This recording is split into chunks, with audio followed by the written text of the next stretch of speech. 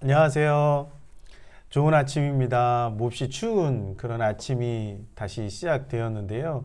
이 추위도 하나님의 말씀과 기도 가운데 잘 승리하는 그런 하루가 되기를 소망합니다.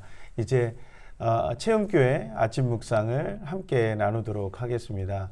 오늘 우리에게 주신 하나님의 말씀은 마태복음 11장 1절에서 19절까지의 말씀입니다. 마태복음 11장 1절에서 19절 말씀입니다. 이제 함께 읽겠습니다. 예수께서 열두 제자에게 명하기를 마치시고 이에 그들의 여러 동네에서 가르치시며 전도하시려고 거기를 떠나가시니라. 요한이 옥에서 그리스도께서 하신 일을 듣고 제자들을 보내어 예수께서 여짜오되 오실 그이가 당신이 오니까 우리가 다른 일을 오리이까. 예수께서 대답하여 이르시되 너희가 가서 듣고 보는 것을 요한에게 알리되 맹인이 보며 못 걷는 사람이 걸으며 나병 환자가 깨끗함을 받으며 못 듣는 자가 들으며 죽은 자가 살아나며 가난한 자에게 복음이 전파된다 하라. 누구든지 나로 말미암아 실족하지 아니하는 자는 복이 있도다 하시니라. 그들이 떠나매 예수께서 무리에게 요한에 대하여 말씀하시되 너희가 무엇을 보려고 광야에 나갔더냐? 바람에 흔들리는 갈대냐? 그러면 너희가 무엇을 보려고 나갔더냐? 부드러운 옷 입은 사람이냐? 부드러운 옷을 입은 사람들은 왕궁에 있느니라. 그러면 너희가 어찌하여 나갔더냐? 선지자를 보기 위함이었더냐? 옳다. 내가 너희에게 이르노니 선지자보다 더 나은 자니라. 기록된 바 보라.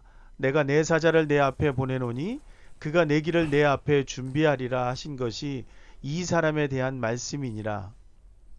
내가 진실로 너희에게 말하노니 여자가 낳은 자 중에 세례 요한보다 큰 이가 일어남이 없도다. 그러나 천국에서는 극히 작은 자라도 그보다 크니라. 세례 요한의 때부터 지금까지 천국은 침노를 당하나니 침노하는 자는 빼앗느니라. 모든 선지자와 율법이 예언한 것은 요한까지니 만일 너희가 즐겨 받을진대 오리라 한 엘리야가 곧 이 사람이니라. 귀 있는 자는 들을지어다. 이 세대를 무엇으로 비유할까? 비유하건대 아이들이 장터에 앉아 제 동물을 불러 이르되 우리가 너희를 위하여 피리를 불어도 너희가 춤추지 않고 우리가 슬피 울어도 너희가 가슴을 치지 아니하였다 함과 같도다. 요한이 와서 먹지도 않고 마시지도 아니하매 그들이 말하기를 귀신이 들렸다 하더니 인자는 와서 먹고 마심에 말하기를 보라 먹기를 탐하고 포도주를 즐기는 사람이요 세리와 죄인의 친구로다 하니 지혜는 그 행한 일로 인하여 옳다함을 얻느니라. 아멘.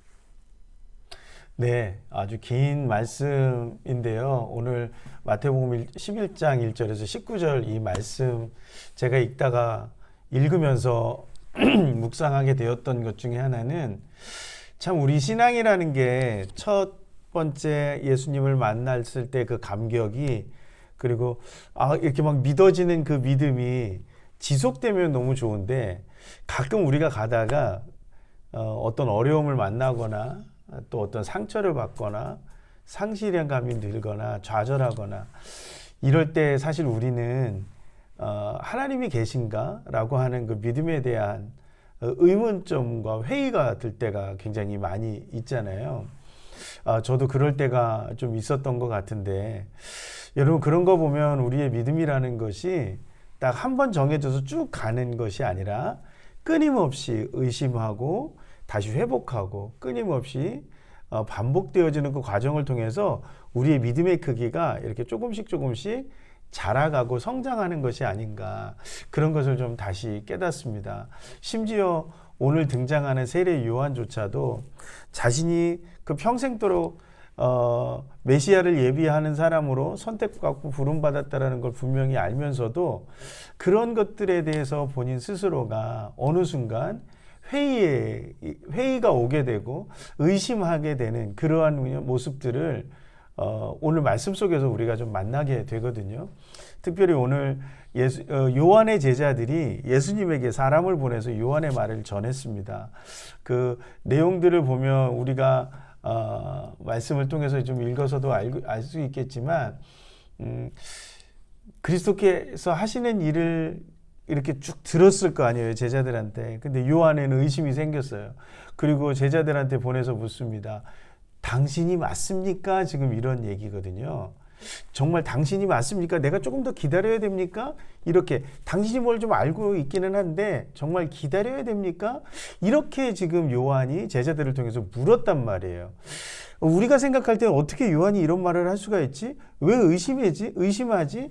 메시아를 한눈에 알아보고 예수님을 한눈에 알아보고 그에게 세례를 주었던 요한이잖아요. 그런데 어떻게 요한이 이렇게 말할 수 있었을까요? 지금 요한은 어디에 있냐면 헤로데 왕에 의해서 감옥에 갇혀 있는 그런 상황이죠. 그러니까 자신의 사역에 대해서 아무리 좋게 생각을 하더라도 좌절할 수밖에 없어요. 그런데 자기는 지금 누구 하나만 믿고 여기까지 온 거예요. 지금 이 일을 감당하고 있어요. 예수님이 오시는 것을 예비하는 사람으로 내가 왔기 때문에 이 일을 감당하고 있는 거죠. 이렇게 사명을 향해 막 감당하게 가고 있는데 예수님에 대한 소식은 뭐 기적의 역사도 이렇게 하는데 예수님이 그 가난한 사람들, 낮은 사람들하고만 다니지 예루살렘으로 오셔서 예루살렘에서 뭔가 뭐 메시아로서의 막 그 선포하시거나 지금 이러고 있지 않은 상황이라는 거예요. 그러니까 순간적으로 요한이 예수님에 대해서 오해를 하고 있는 그 가게 되는 그런 과정이 오늘 말씀 속에서 좀 등장하는 거거든요. 그런 거 보면 우리도 이런 세례 요한의 모습을 바라보면서 세례 요한이 왜 지금 이런 오해가 있었을까요? 한번 좀 고민하게 되는데 뒤에 말씀들을 좀 살펴보면 예수님이 그렇게 질책을 하시거든요. 뭐라고 얘기하냐면 너희가 무엇을 보려 나갔더냐? 부드러운 옷을 입은 사람이냐? 부드러운 옷을 입은 사람들은 왕궁에 있느니라 이렇게 말씀을 하셔서 요한의 그 질문에 단박에 반박하시는 그런 아주 강한 어조로 반박하시는 그런 내용을 볼 수가 있습니다. 그런 거 보면 예수님께서는 세례 요한이 오해하고 있는 것이 네가 기다렸던 메시아, 그러니까 내가 분명히 메시아를 예비하러 오는 사람으로 네가 부름받았다는 것도 알고 사명을 따라 살아가는 것도 알지만 지금 세례 요한은 어떤 문제를 가지고 있느냐, 왜 실족했느냐면 자신의 기대에 맞는 메시아가 올 거라고 생각했다라는 거예요. 하나님이 보여주시는 그 말씀을 통해서 그가 평생토록 읽었던 그 말씀을 통해서 하나님이 계속해서 말씀해 주시고 보여주셨던 그런 메시아가 아니라 어떤 메시아, 내가 기대하고 있던 메시아를 그리고 있었던 거죠. 기대하고 있었던 거죠. 그러다 보니까 예수님이 그래 능력 행하시는 것도 알고 가르치시는 게 좋은 것도 아는데 뭐가 아닌가? 그럼 내 기대에 맞는 그 모습을 언제 보여주실 거야? 라고 하는 거예요. 그것에 대해서 요한이 물었다라는 거죠. 그런데 지금 어떤 오해가 있는 거예요? 메시아를 잘못 이해하고 있는 거죠. 그래서 예수님이 말씀하시는 거죠. 너희들 가서 말하라. 내가 하고 있는 일들에 대해서 좀 이야기해 주렴. 그리고 나는 선지자로 온 게 아니라는 거죠. 기적을 행하는 선지자로 온 것도 아니고 어떤 랍비로 온 것도 아니고 왕으로 온 것도 아니라는 거예요. 참 하나님이고 참 인간으로 오셔서 우리의 죄를 구원할 진정한 메시아로 왔다라고 하는 것을 예수님이 다시 말씀하시는 거죠. 그렇게 말씀하시잖아요. 맹인이 보며 막 이런 기적을 얘기했는데 오히려 세례 요한이 그렇게 말하는 것에 대해서 실망하고 있는 거죠. 그렇지만 예수님이 한 가지 우리가 11절에서 이렇게 쭉 보게 되면 한 가지 예수님이 이렇게 말씀하세요. 내가 진실로 진실로 너에게 이르노니 여자가 낳은 자 중에 세례 요한보다 큰 이가 일어남이 없도다. 세례 요한 같은 그런 진실한 사람, 세례 요한 같이 믿음이 큰 사람이 없다라고 인정하신단 말이에요. 그런데 가만히 생각해 보세요. 지금 예수님을 오해하고 있고 잘못 해석하고 있는 그 요한에게 예수님은 그렇게 인정하세요. 왜요? 요한은 지금 그래도 누구를 찾고 있어요? 하나님을 찾고 있는 거죠. 그리고 예수님은 우리에게 끊임없이 얘기하세요. 어떤 것이 올바른 것인지는 우리에게 끊임없이 말씀해 주고 계신다라고 하는 것을 발견할 수가 있습니다. 여러분, 우리도요, 예수님을 의심할 수도 있고 예수님을 잘못 해석할 수도 있습니다. 가끔 우리가 잘못하면. 그러나 예수님이 오늘 우리에게 원하시는 건 어떤 거죠? 다시 말씀으로 돌아가서 우리가 올바른 길로 돌아오기를 원하시는 것이 예수님이 우리에게 기대하시는 바라는 거예요. 그래서 우리는 실수할 수 있고 오해할 수 있고 의심할 수 있습니다. 우리는 충분히 그럴 수 있어요. 그러나 오늘 뭐라고 얘기해요? 천국은 침노하는 자가 빼앗는다라고 얘기하죠. 그 요한이 그렇다고 하더라도 메시아를 찾고자 하고 하나님의 나라를 열망하는 사람이 결국엔 그것을 가져간다라는 거예요. 올바른 것이 그 어떤 완전한 사람이 쟁취하는 것이 아니라 그럼에도 불구하고 하나님을 찾는 사람, 그럼에도 불구하고 올바른 길이 무엇인지를 묻는 사람이 하나님이 원하는 그 모습을 발견하게 될 거라고 오늘 우리에게 말하고 있습니다. 요한의 오해에서도 그를 큰 자로 인정하시는 그 예수님의 모습을 오늘 우리는 기억하고 있습니다.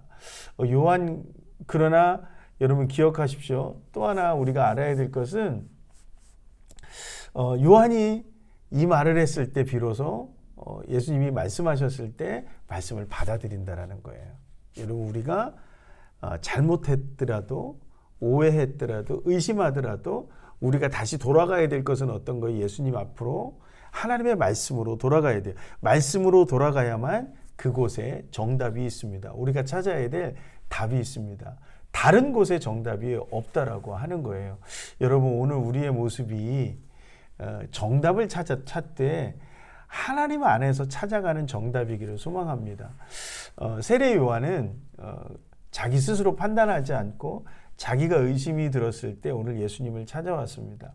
그리고 자신의 의심과 오해를 예수님께 물었고 그것에 대한 답을 얻었습니다. 우리는 언제든지 오해할 수 있고 실수할 수 있고 의심할 수 있고 낙심할 수 있고 절망할 수 있습니다. 그러나 그 답은 어디에 있다고요?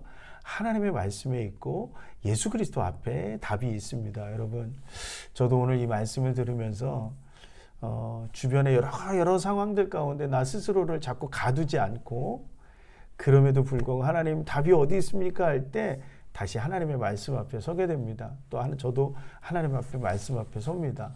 그러면서 하나님이 주시는 그 은혜를 누리며 나아갑니다. 여러분 함께 이 말씀을 좀 누리고 이 말씀을 붙잡고 나아가는 그래서 말씀으로 돌아가는 주님이 우리에게 들려주시는 이 말씀으로 돌아가는 그 신앙이 되기를 간절히 소망합니다. 오늘 이 세례 요한의 모습을 통해서 우리가 조금 더 우리의 믿음이 하나님이 원하시는 모습으로 예수님께서 우리에게 바라시는 그 모습으로 한 걸음 한 걸음 더 나아갈 수 있는 그런 저와 여러분들이 되시기를 주님의 이름으로 간절히 축복합니다. 기도하시겠습니다. 사랑이 많으신 하나님, 오늘도 우리에게 귀한 은혜 주셔서 하나님의 말씀 앞에 서게 해주셔서 감사합니다. 의심하는 세례 요한이었습니다.